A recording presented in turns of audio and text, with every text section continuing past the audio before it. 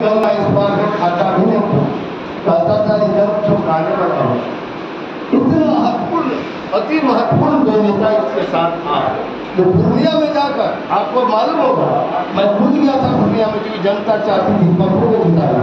मैं उसके साथ दिया और जब को प्रचार किया और वहाँ कहाँ गए महारथी 40 MLA को उतारा गया था पप्पू को हराने के लिए। रात दिन 4 दिन 6 दिन तक कैंपेन किया गया। मैं नाम भी लेना नहीं चाहता हूँ, लेकिन जनता ने कहा नहीं, तुमको वोट नहीं देंगे, जो जमीन पर काम कर रहा है उसी को वोट देंगे। जनता ने जब जनता तैयार हो जाएगी लड़ाई लड़ने के लिए, तो बड़ा से बड़ा दल का नेता क्यों न हो, राजनेता, उनको मजा चखा दिया जाएगा। दुनिया में आप लोग तो तैयार होइए। जनता जिस लड़ाई को अपने हाथ में लेती है तो बड़ी से बड़ी सल्तनत हिल जाता है, नहीं चलता है किसी का। हाँ, जनता कुछ अंधभक्ति में है, कुछ अंधभक्ति है, गुलामी की ओर ढकेल दिया गया है, जात के नाम पर, धर्म के नाम पर। ये जो जातीय गुलबंदी है और धार्मिक गुलबंदी से आपको सुख प्राप्त होने वाला नहीं है। आपके जात को भूख जगाया जाता है। आप यादव हो, पालमान विद्यालय, चरवाहा विद्यालय, लाठी में तेल पिलावन, क्या करने हो भैया? शिक्षा कहाँ? चरवाहा विद्यालय को बोला क्या आपको बताइए? आपको 113 विद्यालय खुला है, एक विद्यालय नजर नहीं आएगा। आश्चर्य है। मैंने आप चरवाहा बनाना चाह रहे हो और नामा फेल को मुख्यमंत्री बनाना चाहते हो, कैसा खेल है? और लोग भी तैयार है कि हमारा बेटा पढ़े या न पढ़े, शिक्षा हमारे बेटा को मिले या न मिले, राजनीति करे न करे, फल्ला का बेटा का नामा फेल को मुख्यमंत्री बना, उसको पता है। तो आपके तकदीर को कौन बदलेगा? मैं यही कहने आया अपने समाज, तकदीर तब बनेगा तो अपने सपने तकदीर को बनाने के लिए आप शिक्षित होइए, पढ़िए। अज्ञानता से भय होता है और भय से होता है अंधविश्वास, अंधविश्वास से होता है अंधभक्ति, अंधभक्ति से चले जाते हैं लोग गुलामी के तरफ। गुलाम होने से कोई विकास आपका होने वाला नहीं है। 75 वर्ष हो गया, 75 साल हो गया आज़ादी का, 75 वर्ष में भी आप गुलामी की ओर क्यों जा रहे हैं? चाहे जाति का गुलामी हो, चाहे धर्म का गुलामी। हमने तो 3 महीने में जननायक के लिए इस्तीफा दिया। मेरा क्या सपना था? मेरा सपना था कि आज से चलो जमात की ओर। जाति व्यवस्था है, संज्ञा है तो नौन है तो संज्ञा तो भाई, जब संज्ञा है तो एक व्यक्ति की ओर, जात है तो जटिलता होती है, लेकिन जात से चलो जमात की ओर। ये जब भी रास्ता नहीं अपनाइएगा, आने दिन में सत्ता का सपना छोड़ देंगे, कभी सत्ता आपके हाथ में नहीं लगेगा। सुंदर लगाकर हमेशा दूसरे पास को मदद करना पड़ेगा आपका बेटा। क्योंकि डॉक्टर मुझे लिखा था, हमारी जो धरती पर बोल है वो सुपौल है, जो समाजवादियों का गढ़ है, यही सुपौल है जो समाजवादियों का गढ़ रहा। एक से एक नेता इस सुपौल में पैदा हुए थे। बगल में मधेपुरा है जहाँ भूपेंद्र बाबू सबसे पहले सोशलिस्ट का खूंटा गाड़े थे, सभी सोशल पार्टी में थे। ये सुपौल है जहाँ बाबू विनायक प्रसाद यादव जैसे महान समाजवादी पैदा हुए थे। यही सुपौल है जहाँ त्रिवेणीगंज में बाबू अनुपलाल यादव जी हुए थे। यही सुपौल है जहाँ अवसर सब घोष पैदा हुए थे। ये तो धरती भरा हुआ है समाजवादी के विचारों से, लेकिन हमारे पुरखों ने जो समाजवाद की अर्जित ताकत थी समाजवादियों के द्वारा, वह गलत हाथों में चला गया था। नहीं कहने में कोई हिचक नहीं है, जिसको पसंद है, कभी का सच बोलने हुआ, मुझे कोई लेना देना किसी से। मैं इसीलिए कहना चाहता हूँ, समाजवाद के भी हमारे पुरखों के द्वारा जो अर्जित ताकत थी, वो ताकत गलत हाथ में चला। वो चला गया परिवारवादी के हाथ में, वो चला गया केवल अपने लिए सोचने वालों के हाथ में। कल तक वो ठीक था 95 के बाद बदल गया, मियाद भी बदल गया, नियत भी बदल गया और नीति भी बदल गई। इस बार हार का कारण क्या है? आयातित उम्मीदवार दूसरे दल से एक दिन में सिंबल लेकर पूर्णिया में खड़ा कर दिया गया, एक दिन में लाया गया बीजेपी से खड़ा कर दिया, एक दिन में लाया वाल्मीकि नगर से खड़ा कर दिया हरियाणा से, एक दिन में लाया आपको गोपालगंज में खड़ा कर दिया, एक दिन में। अब पार्टी का कार्यकर्ता नेता कहा जाएगा भाई? पार्टी में संकट था क्या नेता का? पार्टी में कार्यकर्ता का संकट था क्या? हमसे तुम्हारा नहीं पड़ता था, कोई आता नहीं था। पार्टी में तो 30-40 साल से कार्य करता था, जो मेहनत किया था उसको क्यों नहीं आपने मौका दिया? नहीं देना।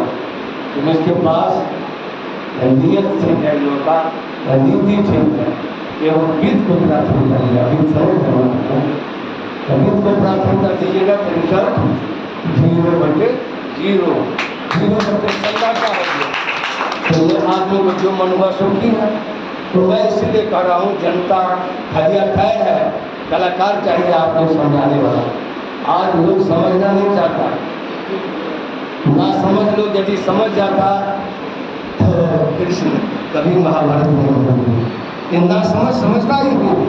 दिक्कत यहाँ फंसा हुआ, इनको भटका दिया है जात के लाइन में। अपने दूसरा काम कर रहा है, अपने लिए परिवार के लिए काम कर रहा है, इनको जात के लिए लगा दिया। इनको जात कह करके नारा दे दिया, अपना केवल परिवार के लिए काम कर रहा है, वो जात के लिए काम नहीं कर रहा है, समाज के लिए काम नहीं कर रहा है। मैं इसीलिए आपसे कहना चाहता हूँ, अपने लिए सोचिए, अपना तकदीर खुद बनाइए। अपने बेटे को शिक्षा है कि नहीं, रोजगार है कि नहीं, बेटा राजनीति में करना है तो राजनीति करने के लिए संघर्ष कर रहा है कि नहीं। डॉक्टर भैया ने कहा था, मैं इसीलिए अपने समाजवादी पुस्तकों का नाम दिया।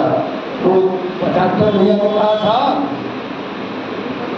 एक व्यक्ति एक रोजगार, खेती नौकरी राजनीति और व्यापार। डॉक्टर भैया ने कभी नहीं कहा था एक परिवार के उत्सव राजनीति में चले। डॉक्टर भैया के सिद्धांत के खिलाफ काम है। डॉक्टर साहब ने अध्ययन किया था, एक बेटा को रखो राजनीति में, कोई हटा नहीं, समूचा परिवार हो जाएगा राजनीति में। किस जननायक कर्पूरी ठाकुर के लिए मैंने इस्तीफा दिया था? कर्पूरी ठाकुर जी ने कहा था, संपूर्ण पार्टी ही मेरा परिवार। वह जननायक कर्पूरी ठाकुर समाजवादी नेता थे, महान समाजवादी, जो आज भारत रत्न प्राप्त हुआ, उनके कर्म पर प्राप्त हुआ, किसी के कृपा पर नहीं हुई। कर्पूरी ठाकुर जी ने कहा था, संपूर्ण पार्टी ही मेरा परिवार है। आजकल के नेता जो निकले हैं सामाजिक न्याय के और समाजवादी मुखौटाधारी, वो कहता है संपूर्ण परिवार ही मेरा पार्टी है। अब देख रहे होंगे आप, लोकसभा राज्यसभा से इस्तीफा करके लोकसभा जीत जाते हैं और राज्यसभा चला जाता है बीजेपी के कोटा। ये क्या बढ़िया हुआ।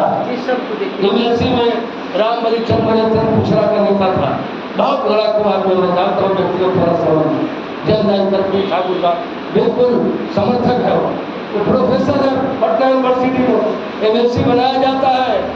और एक बार बात कहा कि प्रभु जी का रथ यात्रा निकाला, उसकी सजा में गई, उसकी मेमोरी खत्म। आज उस मेमोरी फिर चला गया जदयू के पास, किसको दिया? वो खत्म हो गया। कि बनाते हैं फिर दूसरा झपट लेता है। कैसा कहता है, बड़े तेज लड़का जो नया निकला है, कहता बहुत एक खत्म किया इसका। तानाशाह के परिवार में तो तानाशाही कर रहा हूँ, इसीलिए मैं कह रहा हूँ लोकतांत्रिक तानाशाही ज़्यादा खतरनाक है तानाशाही। तो तानाशाह तो कभी नहीं कहता कि हम लोकतंत्र को मानते हैं, ये तो कहता है हम लोकतंत्र को मानते हैं। 24 घंटा संविधान का भाषण करता है, 24 घंटा कहेगा संविधान को बचाना है, लोकतंत्र को बचाना है। लोकतंत्र को संविधान को बचा रहा, पार्टी के अंदर एमएलसी था उसकी नौकरी खत्म कर देना, इनको मैं जनरल सम्यक बात बोल रहा हूँ। राम बलि चंद्र से मेरा पहले का कोई बहुत नहीं हो, लेकिन जो अन्याय हुआ उस आदमी के साथ अत्यंत गुस्सा की आवाज़ उठाया, इस पार्टी में चलो समझने के लिए वोट। अरे निश्चित वोट अनिश्चित हो गया तुम्हारा लोकसभा में। जो बचा खोचा निश्चित है उसको समझ रहे हो, अनिश्चित है तो अनिश्चित में रहेगा, और निश्चित निर्धार तुम्हारा अनिश्चित की ओर चला जाएगा, आगे भी चला जाएगा पोजीशन। ऐसा मेरा मानना। मैं इसीलिए कह रहा हूँ सावधान हो जाओ, सतर्क हो जाओ, अभी भी होश होना चाहिए। मैं इसीलिए कह रहा हूँ, आज क्या हाल है? आज हालत ये है कि विपक्ष आरोप लगाता है किस पर? भाजपा। बिल्कुल सही है कि संविधान खतरे में है, लोकतंत्र खतरे में है, ये हिंदू मुसलमान करता है, हिंदुस्तान पाकिस्तान करता है भाजपा।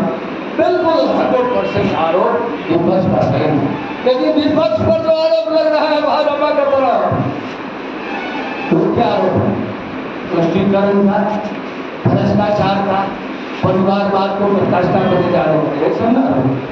तो दोनों आरोप सही है, तो हम लोग कहाँ जाए? ईमानदार को कहा जाएगा विजय बाबू, कहा जाएगी चंद्रिका जी। हमको आप ही लोग बताइए, आप लोग के जन सम्मान का आप लोग से राय भी लेना।